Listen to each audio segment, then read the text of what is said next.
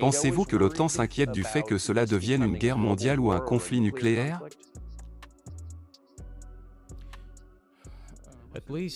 Du moins c'est de cela qu'ils parlent et ils essaient d'intimider leur propre population avec une menace russe imaginaire.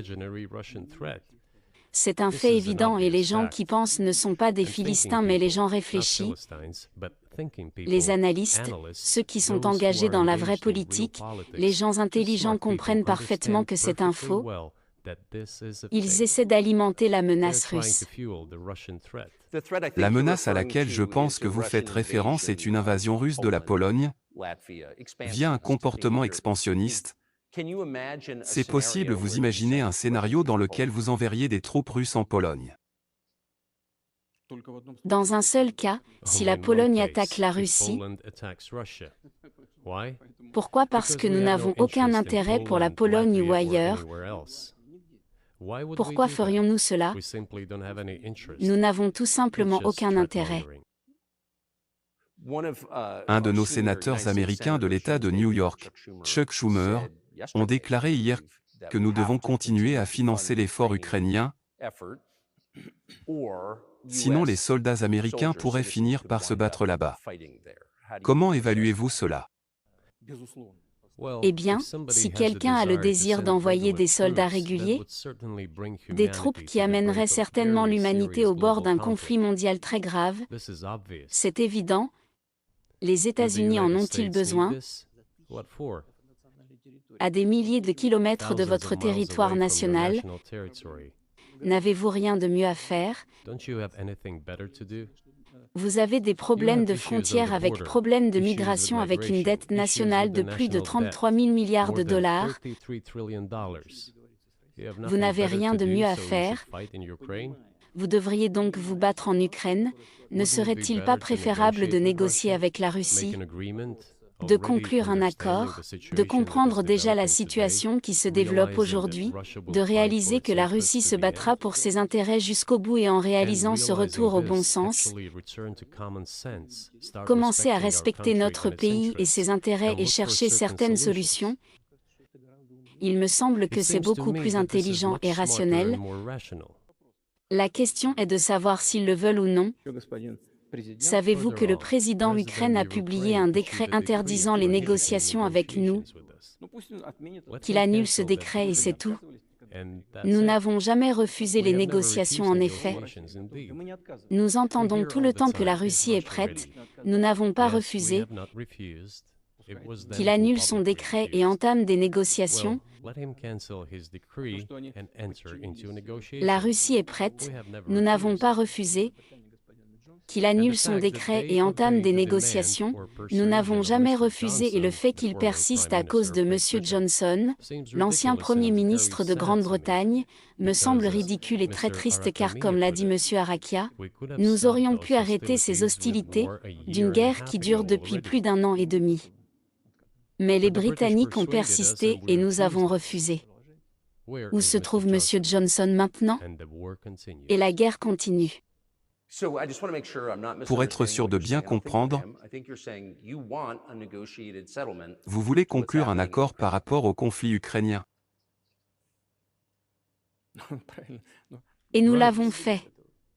Nous avons préparé l'énorme document à Istanbul qui a été paraphé par le chef de la délégation ukrainienne.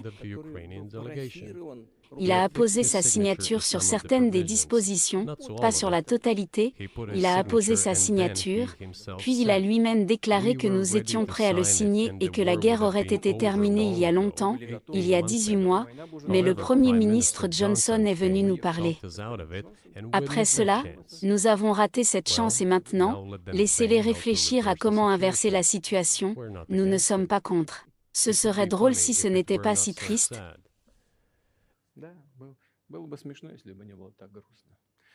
Mais cette mobilisation sans fin en Ukraine, l'hystérie, les problèmes intérieurs, tôt ou tard cela aboutira à un accord.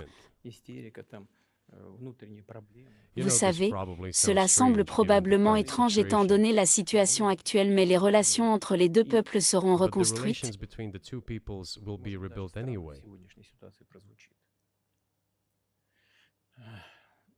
De toute façon, cela prendra beaucoup de temps, mais ils guériront.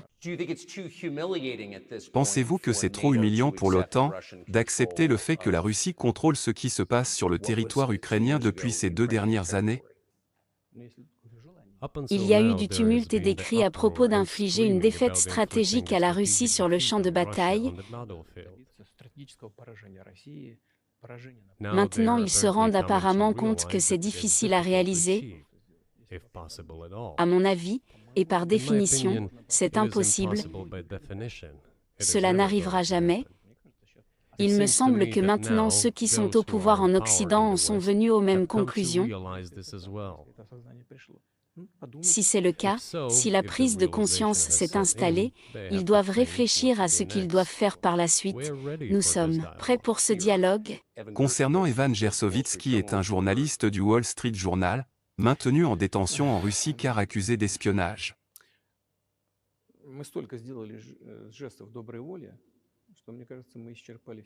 Nous avons fait tellement de gestes de bonne volonté par décence que je pense que nous nous sommes lassés.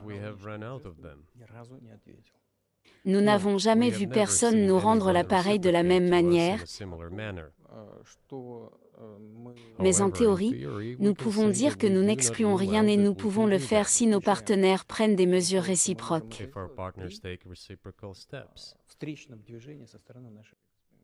Je n'exclus pas que la personne à laquelle vous faites référence, M. Gersovitz, puisse retourner dans sa patrie d'ici la fin de la journée. Cela n'a aucun sens de le garder en prison en Russie. Nous voulons que les services spéciaux américains réfléchissent à la manière dont ils peuvent contribuer à la réalisation des objectifs poursuivis par nos services spéciaux. Nous sommes prêts à discuter en outre. Les pourparlers sont en cours et il y a eu de nombreux exemples de succès de ces pourparlers, qui seront probablement couronnés de succès également. Mais nous devons parvenir à un accord. À partir de quand peut-on parler d'empire de l'intelligence artificielle?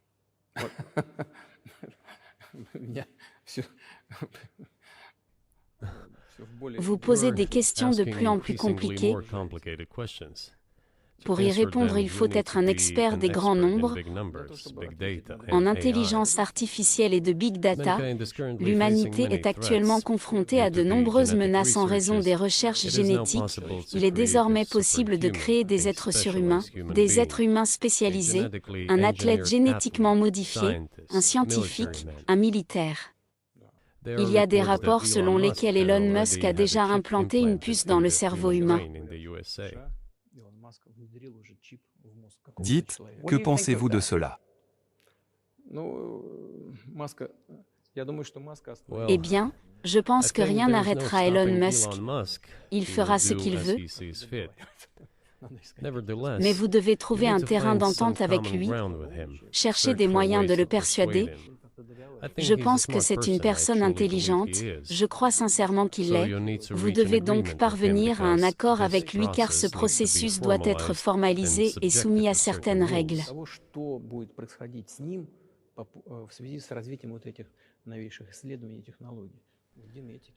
L'humanité doit considérer ce qui va se passer en raison des derniers développements en génétique ou en intelligence artificielle. Nous pouvons faire une prédiction approximative de ce qui se passera.